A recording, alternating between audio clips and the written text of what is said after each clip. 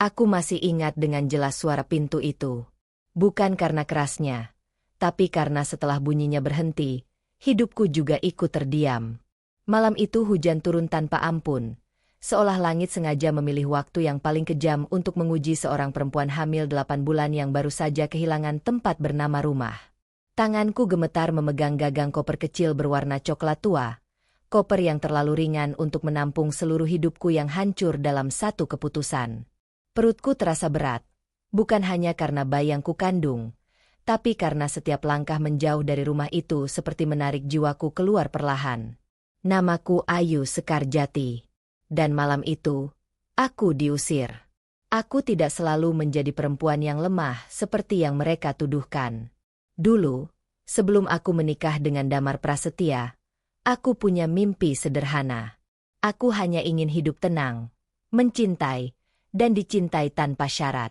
Tapi rupanya, cinta saja tidak pernah cukup jika kau lahir tanpa nama besar dan harta berlimpah.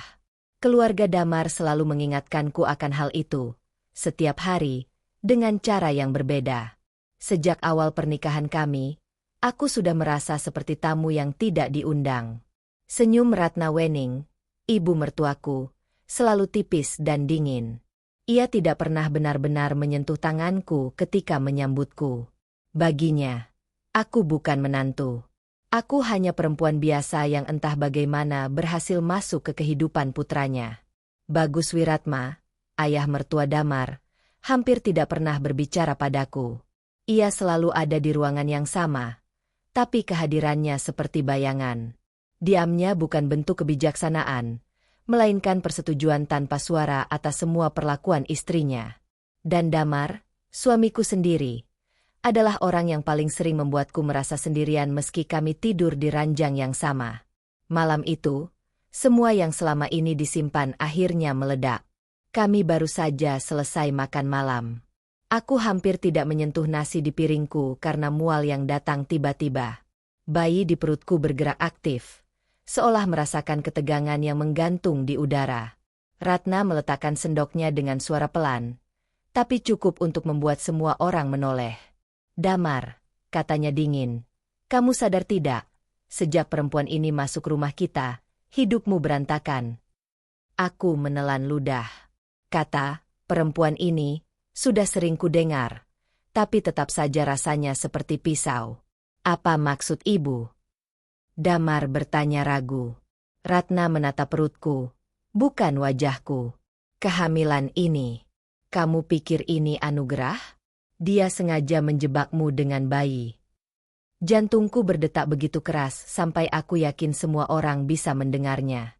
Aku tidak pernah menjebak siapapun, kataku pelan, berusaha menjaga suaraku tetap stabil. Anak ini juga anak Damar. Ratna tertawa kecil, tanpa humor. Perempuan seperti kamu selalu bilang begitu. Datang dari keluarga tanpa apa-apa, lalu berharap hidup nyaman dari belas kasihan. Aku menoleh ke Damar. Itu kebiasaanku setiap kali aku diserang. Aku selalu berharap, suatu hari, ia akan berdiri di depanku dan berkata cukup. Tapi malam itu, seperti malam-malam sebelumnya, ia hanya menunduk. Diamnya lebih menyakitkan daripada kata-kata ibunya. Bu, Ayu sedang hamil tua, katanya akhirnya, tapi suaranya lemah. Mungkin kita bisa bicara baik-baik.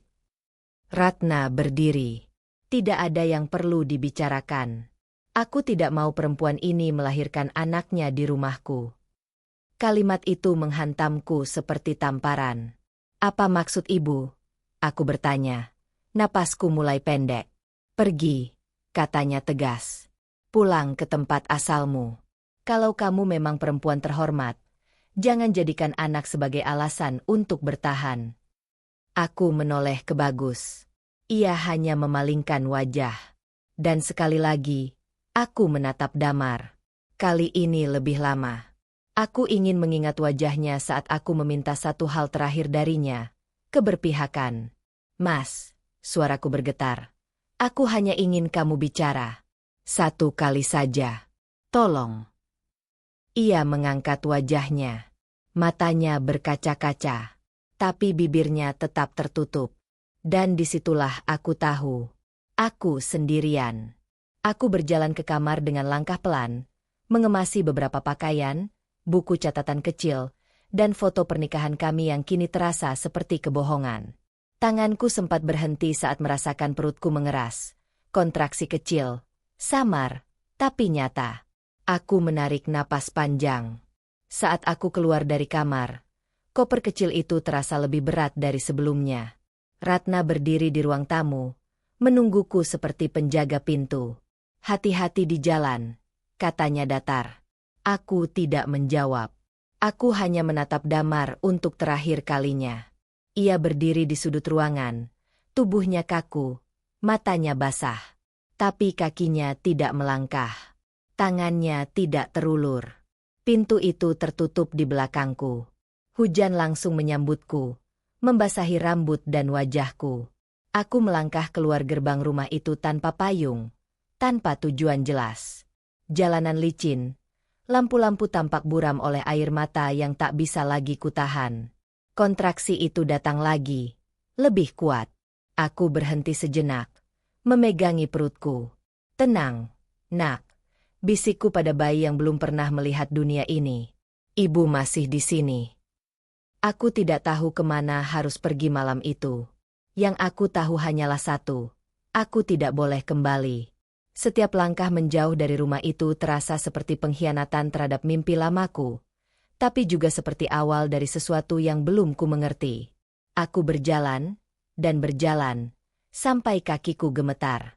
Suara hujan bercampur dengan detak jantungku sendiri. Dunia terasa besar dan kejam, tapi di dalam perutku, ada kehidupan yang bergantung sepenuhnya padaku. Dan di tengah malam yang dingin itu, di bawah langit yang seolah tak peduli, aku menyadari satu hal yang akan mengubah cara aku memandang hidup selamanya. Nakwela malam, aku tidak hanya kehilangan sebuah rumah. Aku kehilangan keyakinan bahwa seseorang akan memilihku. Dan aku dipaksa belajar memilih diriku sendiri. Hujan malam itu tidak kunjung reda. Tubuhku yang sudah lelah terus menggigil, bukan karena dingin, tapi karena rasa takut dan kesakitan yang datang berganti-ganti. Aku tiba di rumah sakit pemerintah dengan kontraksi yang semakin kuat. Langkahku berat. Tas kecil yang kugenggam berisi barang-barang seadanya bergoyang di samping tubuhku. Di ruang tunggu, aku duduk terpaku, hanya ditemani suara hujan dan desah napas para ibu yang juga menunggu giliran. Aku tidak mengenal satupun dari mereka, dan tak ada satupun yang mengenalku. Tak ada sahabat, tak ada keluarga. Aku benar-benar sendirian. Pikiranku berkelana pada Damar, suamiku yang kini seperti bayangan jauh yang tidak pernah menyapaku lagi. Aku mengirim pesan singkat berkali-kali, tapi tidak pernah ada jawaban. "Selamat datang, Bu Ayu. Kita akan membantu ibu segera." Suara suster itu terdengar ramah, namun aku tahu ini bukan sekadar bantuan medis. Ini pertarungan hidup dan mati, bukan hanya untukku, tapi juga untuk bayi yang akan segera lahir. Saat kontraksi semakin berat, aku mengulum senyum tipis. Bayi dalam perutku bergerak. Mungkin dia tahu aku membutuhkannya lebih dari apapun. Waktu terasa melambat dan sesaat aku merasa seperti berada di antara dua dunia. Rasa sakit begitu mencekam, tapi aku berusaha tetap tenang. Aku ingat janji yang pernah kucapkan pada diri sendiri, bahwa aku akan menjadi ibu yang kuat, tak peduli apapun yang terjadi. Ketika tangis kecil terdengar di ruangan itu, aku hampir tidak percaya. Kirana, namanya sudah kupilih sejak lama, lahir di antara suara deru mesin dan lampu neon yang dingin. Aku menangis, bukan hanya karena bahagia, tapi juga karena rasa takut yang belum hilang. Setelah beberapa hari, aku harus keluar dari rumah sakit yang penuh dengan aroma antiseptik dan kesunyian yang menusuk. Aku kembali ke dunia nyata. Dunia di mana aku harus berjuang sendiri. Aku membawa Kirana dalam pelukan. Tubuhku lelah tapi hatiku penuh harapan. Hari-hari berlalu dengan keras. Aku mencari pekerjaan apa saja yang bisa kulakukan, mulai dari mencuci piring di warung kecil sampai menjadi pengasuh anak tetangga. Semua demi Kirana. Kami tidak pernah menetap di satu tempat terlalu lama, karena aku tidak mampu membayar sewa. Malam-malam kami lalui di kamar kecil kontrakan atau di ruang tunggu terminal, di mana angin malam dan bintang menjadi satu-satunya teman kami. Setiap pagi, aku berusaha tersenyum untuk Kirana, walau dalam hati aku hancur. Aku mencoba menghubungi Damar sekali lagi, berharap ada secercah perubahan, namun pesan-pesanku hanya menghilang dalam keheningan. Aku sadar, aku harus berhenti berharap. Pada suatu malam yang dingin, ketika Kirana tertidur pulas di pangkuanku, aku berbisik padanya. "Nak, Ibu janji, kau tidak akan pernah merasakan penolakan. Ibu akan selalu ada untukmu." Janji itu memberiku kekuatan untuk terus melangkah. Aku mulai mengikuti kelas malam di sebuah pusat pendidikan untuk wanita kurang mampu. Di sana aku bertemu dengan Raka Mahendra, seorang dokter muda yang tidak hanya mengobati luka fisik tapi juga luka hati. Dia tidak pernah menanyakan masa laluku, hanya memberikan dukungan dengan cara yang sederhana tapi tulus. Hari-hari perlahan berubah menjadi lebih cerah. Kirana tumbuh menjadi anak yang cerdas dan penuh semangat, meski hidup kami sederhana. Aku belajar bahwa meskipun dunia ini telah memalingkan wajahnya dariku, aku masih bisa berjalan ke depan dengan kepala tegak. Saat aku menatap Kirana yang tertidur nyenyak malam itu, aku tahu bahwa kami berdua telah melewati badai yang tak terbayangkan. Jika dunia memutuskan untuk meninggalkanku, aku akan tetap berdiri. Demi anakku, demi aku sendiri. Jika dunia sudah berpaling, aku akan belajar berjalan sendiri. Batinku lirih, berharap bahwa suatu hari, cerita kami akan berubah menjadi kisah tentang kemenangan dan cinta yang tak tergoyahkan. 7 tahun berlalu sejak aku melangkah keluar dari rumah itu dengan hati yang hancur dan perut yang membuncit. Waktu tidak serta-merta menyembuhkan luka, tapi memberiku kekuatan yang tak pernah aku kira bisa kumiliki. Kini, aku berdiri tegak di hadapan dunia yang dulu menolak keberadaanku. Usahaku membuka warung kecil di sudut kota membuahkan hasil. Dengan tangan kasar yang dulu gemetar, aku kini memegang kendali penuh atas hidupku dan masa depan Kirana. Warung itu bukan hanya sumber nafkah, tapi juga tempat aku membangun kembali rasa percaya diri yang pernah patah. Kirana tumbuh menjadi anak yang cerdas dan peka. Matanya yang cerah sering menatapku dengan pertanyaan yang sulit kuhindari. "Ibu, kenapa ayah tidak pernah mengunjungiku? Atau, apakah aku pernah dimiliki oleh keluarga lain selain kita?" Aku selalu menjawab dengan hati-hati, mencoba menjaga luka lama tetap tersembunyi dari dunia kecilnya yang penuh harapan. Suatu hari, di tengah kesibukan warung, Raka Mahendra datang membawa senyum hangatnya. Ia bukan hanya seorang dokter yang peduli pada kesehatan kami, tapi juga seorang teman yang mengajarkan aku arti kasih tanpa syarat. Dia datang bukan sebagai penyelamat, tapi sebagai sahabat yang tak menghakimi. Pertemuan kami perlahan berubah menjadi ikatan yang sulit aku jelaskan. Namun, di dalam hatiku masih ada bayang-bayang luka lama, takut mencintai lagi dan terluka untuk kedua kali. Suatu sore, saat hujan turun perlahan, aku mendengar bisik-bisik dari tetangga tentang kabar buruk yang menimpa keluarga Damar. Rumah mereka yang megah kini tampak suram, dan hubungan di dalamnya retak lebih parah dari yang aku kira. Batuk lembut di pintu rumahku memecah lamunanku. Aku membuka pintu dan melihat sosok yang tak pernah kuharapkan. Damar, berdiri dengan wajah penuh penyesalan, disusul Ratna dan Bagus yang diam dalam kepedihan. Hati kecilku berdebar. Tapi aku sudah bukan perempuan yang dulu mudah terjatuh. Aku mengizinkan mereka masuk, tapi aku tahu bahwa hari itu akan menjadi awal babak baru yang tak mudah untuk kami semua. Pintu itu berdentang pelan saat aku mengangkat tangan untuk membukanya. Aku berdiri di sana, di depan rumah kecil yang kini menjadi benteng dan saksi perjalanan hidup kami. Hujan baru saja reda, meninggalkan aroma tanah basah yang segar. Dari balik pintu, aku melihat sosok yang tak pernah kuharap hadir kembali. Damar, Ratna, dan Bagus. Wajah mereka penuh ketidakberdayaan dan penyesalan yang dalam. Mereka berdiri terpaku, tak berani menatapku langsung. Lalu, satu persatu, mereka berlutut di depan pintu rumahku. Aku merasa ada beban berat yang lama tertahan akhirnya tumpah ke lantai, di hadapanku. Ratna dengan suara gemetar. "Ayu, kami datang bukan untuk memaksa, tapi untuk meminta maaf. Kami telah membutakan hati dan merusak kebahagiaanmu. Bagus menunduk, suaranya lirih. Setelah semua yang terjadi, kami sadar kesalahan kami dan sakit yang kami sebabkan.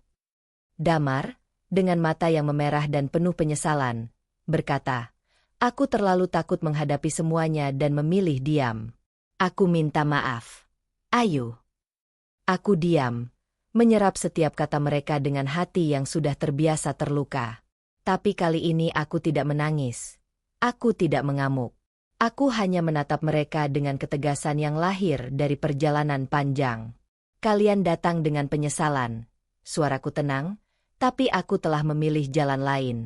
Aku membangun hidupku tanpa kalian. Aku berdiri bukan karena kalian, tapi meski kalian. Kirana masuk perlahan. Tangannya menggenggam erat bajuku. Matanya penuh rasa ingin tahu dan kebanggaan.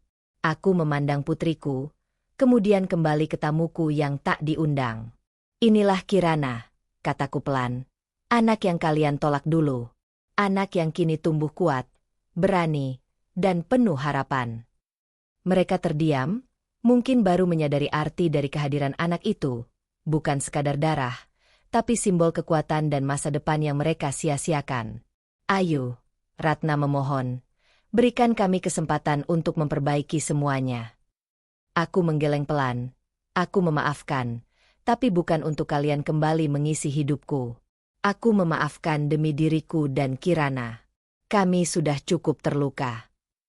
Hari itu, aku merasakan sebuah kemenangan yang tak tergantikan, bukan karena mereka datang merendah, tapi karena aku telah menemukan kekuatan untuk berdiri tegak dan membangun kebahagiaan tanpa mereka.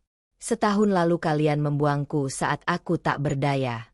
Hari ini, kalian datang dengan hati yang penuh penyesalan, dan aku sudah berdiri di sini, lebih kuat dari sebelumnya. Pintu rumah itu tertutup perlahan, menandai akhir sebuah bab dan awal baru yang aku tulis sendiri bersama Kirana, di atas fondasi cinta dan keberanian yang tak tergoyahkan.